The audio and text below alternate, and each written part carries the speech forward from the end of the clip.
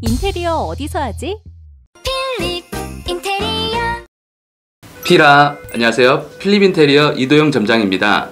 요즘 아파트에서 누수 사고가 많이 빈번하게 발생을 하는데요. 1년밖에 안 된 신축 아파트에 물이 샌다면 당혹스러울 수밖에 없습니다. 내 집 마련의 꿈을 안고 신축 아파트에 입주했는데 얼마 안 돼서 물이 새며 집에 곰팡이가 핀다면 어떤 기분일까요? 지난해 입주한 아파트인데 최상층 10세대 넘는 곳에서 누수가 발생했습니다.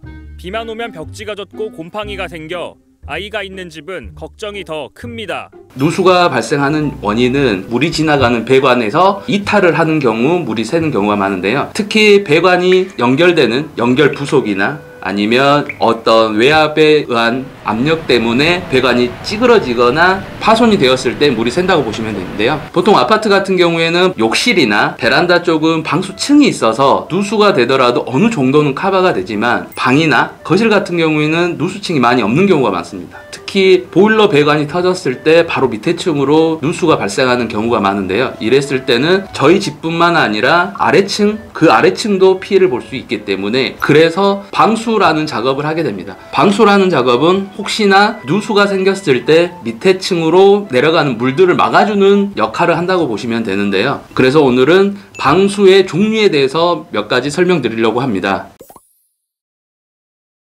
첫 번째로 소개해드릴 방수 방법은 액체 방수라고 하고 보통은 줄여서 액방이라고도 많이들 하고 있습니다. 액체 방수는 이제 시멘트와 방수액을 섞어서 시멘트를 액체처럼 만들어서 시공하는 방법이라고 보시면 되는데 가장 기본적인 방수 방법이라고 보시면 됩니다. 장점은 시공이 간단합니다. 이제 방수액과 또 시멘트를 섞어서 붓이나 빗자루 등으로 이제 벽이나 바닥을 바르는 방법이라고 보시면 되는데 특히 액체 방수할 때는 바닥뿐만 아니라 벽도 보통 한 1m 정도는 벽을 이제 올려서 시공을 한다고 보시면 될 것 같고요. 장점은 시공이 간단하고 비용도 다른 방수에 비해서는 비용이 좀 저렴한 편입니다. 단점은 다른 방수 공법에 비해서 마르는 시간이 조금 오래 걸립니다. 마르는 시간과 그 다음에 이제 가장 문제가 되는 건 시멘트이기 때문에 마르면서 약간의 크랙이 발생한다고 보시면 돼요. 그래서 액방만 하는 경우는 많이 없다고 보시면 됩니다. 액체 방수가 그만큼 완벽하진 않기 때문에 또 다음 공정을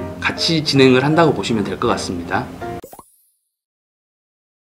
두 번째 방수 방법으로는 고마스 방수라는 게 있습니다. 고마스 방수라는 건 재료 이름이라고 보시면 될 것 같은데요. 이제 많이들 보셨을 거예요. 이제 벽에 조금 검정색으로 칠해져 있는 것들이 보통은 이제 고마스 방수라고 하거든요. 고마스 방수만은 하진 않고요. 액체 방수를 하고 완전히 말랐을 때 고마스 방수를 그 위에 2차나 3차적으로 코팅한다고 보시면 될 것 같습니다. 앞에서 말씀드렸다시피 액체 방수 같은 경우는 마르면서 이음새 부분에 크랙이나 이런 균열들이 생기기 때문에 이런 것들을 보완해주는 방수 작업이라고 보시면 될 것 같습니다. 그래서 먼저 액체 방수, 고마스 방수를 작업을 진행한다고 보시면 될 것 같고요. 고마스 방수는 접착력과 내수력이 강하기 때문에 이제 현장에서 가장 많이 사용하는 재료라고 보시면 될 것 같습니다.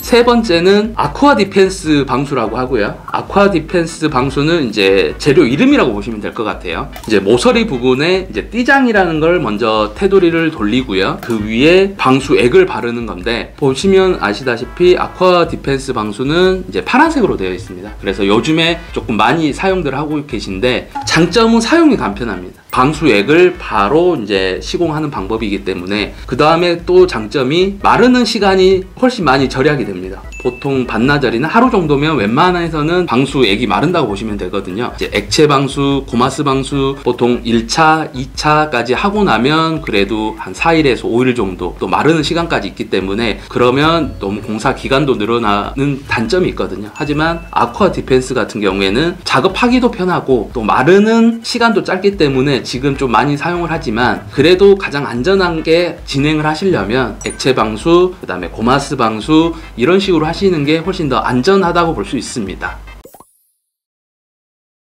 오늘은 이렇게 방수 3가지 종류에 대해서 알아봤는데요. 누수가 발생했을 때 완전한 방수가 되면 좋겠지만 어느 한 곳, 특히 모서리나 이런 부분에서 조그만 크랙만 있어도 물은 그 길을 따라가거든요. 그래서 방수의 가장 중요한 건 이런 재료도 중요하지만 시공할 때 꼼꼼함이거든요. 이제 모서리 부분도 지나침 없이 많이 해주시면 좋고요. 그 다음에 벽을 바르실 때도 밑에만 잠깐 바르는 경우가 있는데 그래도 허리 높이 그래도 바닥에서 1m 정도 높이까지는 방수액을 같이 올려서 이제 물이 흘러넘치지 않도록 하는 게 가장 좋은 방법이라고 볼 수 있습니다. 누수는 어떻게든 발생을 안 하는 게 가장 좋지만, 누수가 이제 어떤 상황, 특히 보일러 배관 같은 경우는 노후화가 됐을 때 어떤 조그만 외부 압력에 의해서만도 연결부에서 물이 새기 때문에 누수가 안 일어난다고는 할 수는 없지만, 그래도 일어났을 때 보완 장치가 있으면은 그래도 피해를 최소화할 수 있기 때문에 그만큼 방수 공사는 가장 중요한 공사 중에 하나라고 보시면 될 것 같습니다.